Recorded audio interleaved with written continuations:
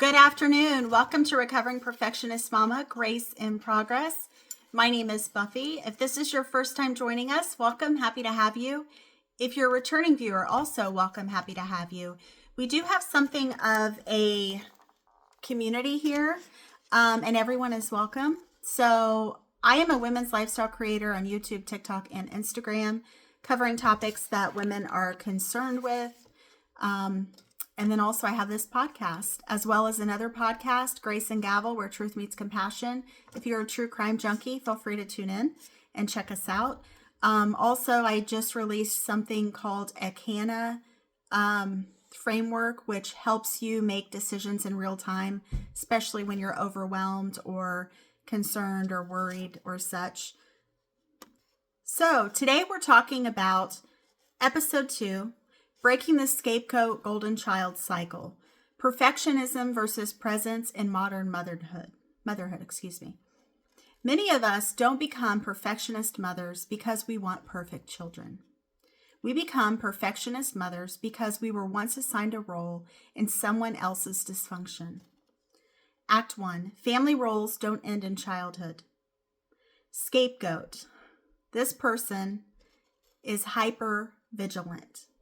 They have a fear of harm because ultimately they were the person who experienced a lot of harm in their childhood, trauma or what have you, that caused them to know that they had to do things the right way. Hypervigilance is always being on, right? That person is the person that can analyze the mood that someone is in by their footsteps, by their voice, by their actions, by their speech and how they're talking. Are they talking fast and erratically? Are they yelling? Are they screaming? Are they throwing things? Like what are they doing? And the golden child has the pressure to perform and preserve the image. We don't repeat family systems because we want to. We repeat them because they feel familiar. And the familiarity is what gets us, because they're all that we know. Act 2, how perfectionism sneaks into parenting. Sometimes, if we are the scapegoat, we generally start over-monitoring our children's emotions.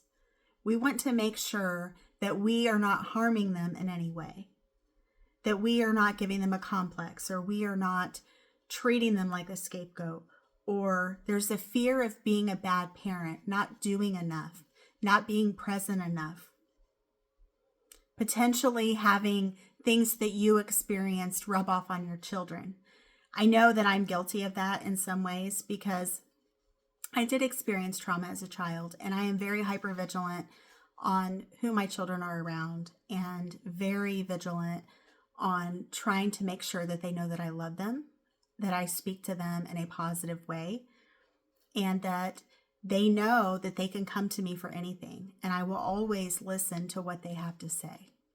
I may not always agree with it, but if there is someone or something that they have an issue with, I want them to bring it to me, and I want them to feel safe to do so. I don't want to tell them how to think necessarily. I want them to be able to articulate how they're feeling, and I want to give them a sounding board so they feel comfortable telling me if something is going wrong. And then sometimes you may look at parenting as redemption instead of a relationship. And ultimately that's kind of cheapening the idea in my mind of being a parent, an effective parent. And I think though, when you go through things, being the scapegoat or even being the golden child, you have a scenario where you want to improve their childhood experience based on what your childhood experience was. And so when parenting becomes proof instead of presence, everyone feels that pressure. And then Act 3, presence is the repair. Let's shift gently here. Regulation over reputation. Being emotionally regulated is really important for our kids. That way we know and they know how to manage. because they ultimately model a lot of their behavior on what we do. And so if we do our best to be regulated, but also even in the moments when we are dysregulated, we do show them that, hey, this happens sometimes. No one is perfect. We don't have to put on a mask. We don't have to put on a show. We can be who we are unapologetically. But we also know that we work better when we're calm and controlled and collected. And then also connection over correction. Ultimately, we need to focus on our connection with our children so they feel safe to come to us with anything. And they know that we'll be there for them without judgment, and that we'll help them through whatever they need to be helped through. Because as children, we're supposed to model things for them. We're supposed to give them love and encouragement and guidance. And I don't take that experience lightly, and I know many of you don't as well. And then safety over performance, right? Because ultimately, we don't have to perform for anyone. We need to be who we authentically are in the moment. Children don't need a perfect parent. They need a regulated one. And then Act 4, good enough is protective. Understand that there is going to be times when the relationship ruptures for whatever reason. Maybe you were impatient. Maybe you were overwhelmed. Maybe you were exhausted. Maybe you didn't know what to do. Maybe you were overworked. Any number of things. But ultimately then normalize repair. Normalize telling them you're sorry. Normalize explaining to them that, you would love to be perfect, but no one's perfect. And we're just all doing the best that we can. But that you love them 100% of the time, all the time, right? And it has nothing to do with you not loving them, because you love them and they're valuable to you. And I think that sometimes those words are great to hear, especially when you're a child and you're not really sure kind of how things are going. And then also apologize without collapse, meaning normalize apologizing, because we all make mistakes. And that way the children can learn too that if they make a mistake, it's okay to apologize. It's okay to make a mistake and then repair the relationship. And humanity is safety, because ultimately we're all human. We're all going to make mistakes at one point or another. We may not like making mistakes. That may tarnish our perfectionism record, but ultimately we know that we will make mistakes. And mistakes can be the thing that helps you learn the most, right?